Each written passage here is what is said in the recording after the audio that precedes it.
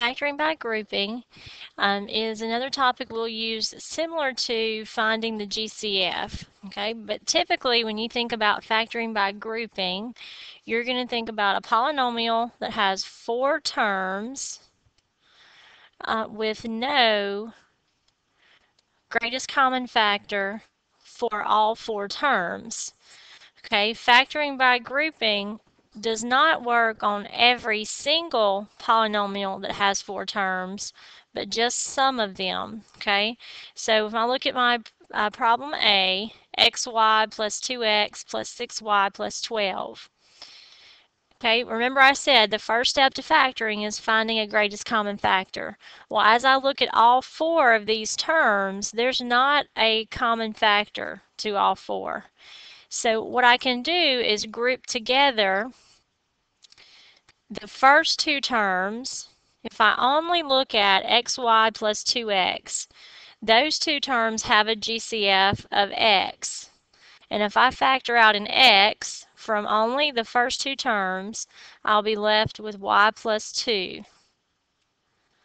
Okay, then I would also want to group the second set of terms, 6y plus 12. Okay, those terms have a greatest common factor. 6 will go into both of those. And I'm going to put positive 6 because it's a positive 6 that they have in common. When I factor out a 6, 6 into 6y would be y. 6 into 12 would be plus 2. And so what happens is I end up with 2 terms that have binomial factors. We say that this binomial y plus 2 is common to both terms. So if I factor out a y plus 2, I would be left with x plus 6. Okay, take just a minute and actually look at what happened there. The binomial that they have in common is here. The greatest common factors that I took out here and here will form the second binomial, x plus 6. Now it doesn't really matter the order that you write those binomials in. I would accept x plus 6 times y plus 2. Because it's multiplication, it doesn't matter the order of the binomials. But this would be, either one of these would be your solution to factoring this polynomial. Again, I can check this by multiplying these binomials back together, and it should equal the original problem that we started out with. Okay, so let's look at B. 5x squared plus 15x plus 2xy plus 6y. Again, I see a polynomial that has 4 terms. There's not a greatest common factor for all 4 terms. So I will try grouping. Okay, we don't say that grouping works every time, but sometimes it will work.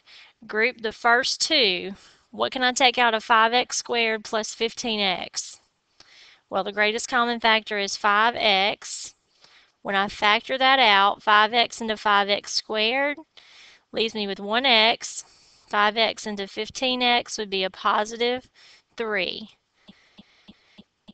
Move to the second set of terms. The greatest common factor for 2xy plus 6y would be positive 2y. And notice the sign that I'm bringing here, this positive, it's usually going to be whatever sign is there with that leading coefficient. Okay, if that's a positive, you'll need to bring down a positive. 2y into 2xy will leave me with x.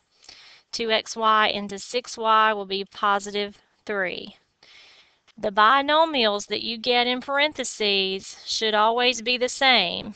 If they are not the same, then it means you did not take out the correct common factors.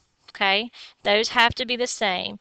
Once you have those the same, then you're actually factoring out that common binomial, x plus 3, and what's left will be your second binomial made up of your common factors, 5x plus 2y.